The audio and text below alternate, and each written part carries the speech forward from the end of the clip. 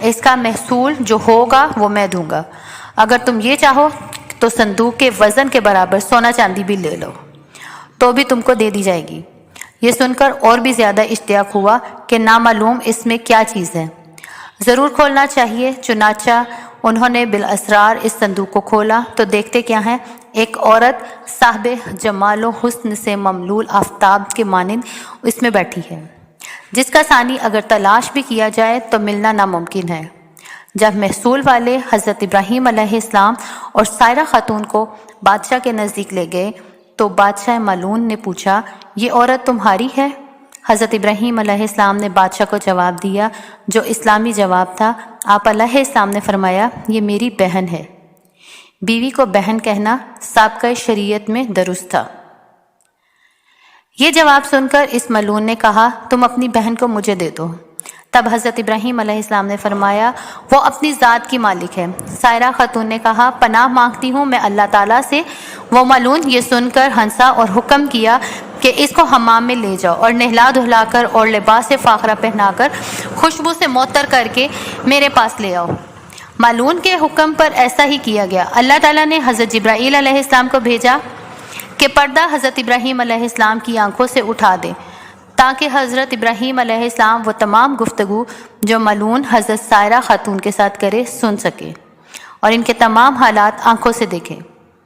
جب جمال مبارک حضرت سائرہ خاتون کا اس ملعون نے دیکھا تو فوراً اس نے 10 ترازی کا قصد کیا. اسی وقت اس کا ہاتھ شل اور خشک ہو گیا. پھر اس نے چاہا کہ بے ادبی کرے. تب اللہ تعالیٰ کے حکم سے اپنے زانوں تک زمین میں دھنس گیا. جب اس کا کوئی بس نہ چل سکا تو کہنے لگا، یہ عورت تو جادوگر ہے. حضرت سائرہ خاتون نے اس ملعون سے کہا، اے بدبخت، میں جادوگر نہیں ہوں، لیکن خاوند میرا خداوند قدوس کا دوست ہے جو سب کی نگہبانی کرنے والا ہے اور خداوند کریم کی درگاہ میں دعا کرتا ہے تاکہ تو مجھے بے عزت نہ کر سکے. یہ سن کے اس نے توبہ کی. فی الفور ہاتھ اس کا درست ہو گیا. زمین نے بھی اسے چھوڑ دیا. پھر جب دوسری مرتبہ سائرہ خاتون کی طرف نگاہ بد سے دیکھا تو اسی وقت اندھا ہو گیا. تب اس ملعون نے کہا، اے بی بی معصوم، میرے حال پر دعا کرو، میں اس کام سے ہمیشہ کے لیے توبہ کرتا ہوں. جب سائرہ خاتون نے دعا کی تو اللہ تعالیٰ کے حکم سے اس کی آنکھیں اچھی ہو گئیں. پھر جب حالات ٹھیک ہو گئے تو غلبہ شیطانی سے عہد شکنی کرنی چاہیے کہ حضرت سائرہ خاتون پر 10 تراز ہوں.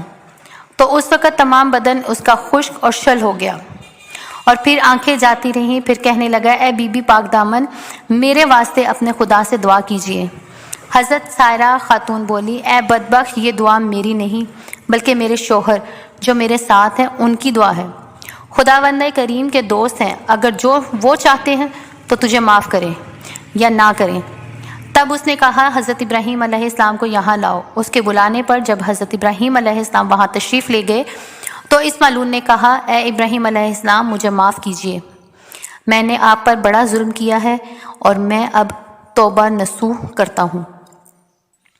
حضرت ابراہیم علیہ السلام نے اس بادشاہ سے کہا، اے میرے حکم سے نہیں ہے، یہ سب خداوند قدوس کے حکم سے ہوتا ہے جو تمام جہان کا رب و مالک ہے. دیکھو خدا کی مرضی کیا ہے، اسی کے مطابق کرنا ہوگا.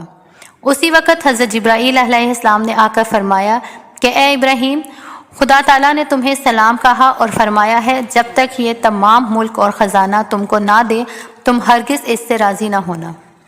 پھر حضرت ابراہیم علیہ السلام نے اس بادشاہ سے بات کہی کہ میرا رب ایسا فرماتا ہے. بادشاہ نے باتیں سنتے ہی تمام سلطنت اور اپنا خزانہ حضرت ابراہیم علیہ السلام کو دے دیا. یہ کیفیت ہونے پر حضرت ابراہیم علیہ السلام نے اس بادشاہ کے حال پر دعا کی. اس نے دعا کی برکت سے صحت و تندرستی فرمائی. مروی ہے کہ حضرت ابراہیم علیہ السلام نے اس مملکت کے 2 حصے کر کے جو جانب کنعان تھا اور وہ آپ علیہ السلام نے خود رکھ لیا اور باقی جو بچا اسی کو واپس کر دیا. بادشاہ نے ایک صاحبزادی دوشیزہ نیک روح خوبصورت صاحب جمال لا کر حضرت سائرہ خاتون سے کہا، ایک نیک بخت بی بی، میں نے تمہاری بے حرمتی کی کوشش کی، میں نے تم کو دیکھ کر اندیشہ بد کیا. تمہارے عفو معاف کے شکرانے میں یہ بی بی ہاجرہ تمہیں کو دیتا ہوں. جو گناہوں تقصیریں مجھ سے ہوئی معاف کیجیے. حضرت ابراہیم علیہ السلام حضرت سائرہ خاتون بی بی اور بی بی ہاجرہ کو لے کر کنعان کو چلے. راستے میں حضرت سائرہ خاتون اپنا حال جو بادشاہ کے ہاں گزرا تھا وہ بیان کرنے لگی۔ حضرت ابراہیم علیہ السلام نے کہا، اے سائرہ خاتون، تم خاطر جمع رکھو، اب کچھ اندیشہ مت کرو، اللہ تعالیٰ نے اپنے فضل و کرم سے میری آنکھوں کے سامنے پردہ غیب اٹھا دیا۔ جو باتیں تجھ پر گزرتی تھیں مجھ پر سب ظاہر ہو جاتی تھیں، اور جو تم کرتی وہ کہتی تھی سو وہ میں دیکھتا اور برابر سنتا تھا۔ بعد اس کے کہ حضرت سائرہ خاتون نے بی بی ہاجرہ کو حضرت آدم علیہ السلام کے حضرت ابراہیم علیہ السلام کی خدمت میں دے دیا۔ مصر سے نکلے ہوئے 10 سال کا عرصہ گزر چکا تھا، لیکن حضرت سائرہ اولاد کی نعمت سے اب تک محروم رہیں، حالانکہ اللہ تعالیٰ نے حضرت ابراہیم علیہ السلام سے اولاد دینے کا وعدہ فرمایا تھا۔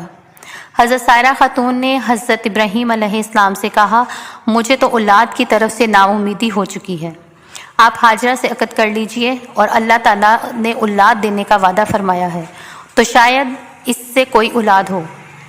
حضرت ابراہیم علیہ السلام نے حضرت سائرہ خاتون کو خواہش کے موافق حضرت بی بی ہاجرہ سے عقد کر لیا۔ اللہ تعالیٰ کی شان کہ 1 سال بعد ہی ان کے بطن سے حضرت اسماعیل علیہ السلام پیدا ہوئے۔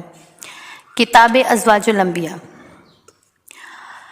حضرت سائرہ خاتون کی وفات کی تھوڑی مدت کے بعد حضرت ابراہیم علیہ السلام ایک اور عورت کو اپنے نکاح میں لائے، جس کا نام کتور یا کنتورا تھا، جس کے بطن سے 6 لڑکے پیدا ہوئے۔ حضرت ابراہیم علیہ السلام نے ایک اور عورت سے بھی نکاح کیا جس کا نام حجورہ تھا۔ کتاب مذکورہ میں اس بیوی کا نام حجون یا حجین بھی لکھا گیا ہے۔ اس کے بطن سے حضرت ابراہیم علیہ السلام کے 7 بیٹے پیدا ہوئے۔ کتاب ازواج الانبیاء میں ان تمام کا ذکر ہے۔ جزاک اللہ۔ اگر آپ کو میری ویڈیو پسند آئی ہو تو پلیز اس کو لائک کیجیے گا، چینل کو سبسکرائب کیجیے گا اور ویڈیو کو شیئر کرنا مت بھولیے گا۔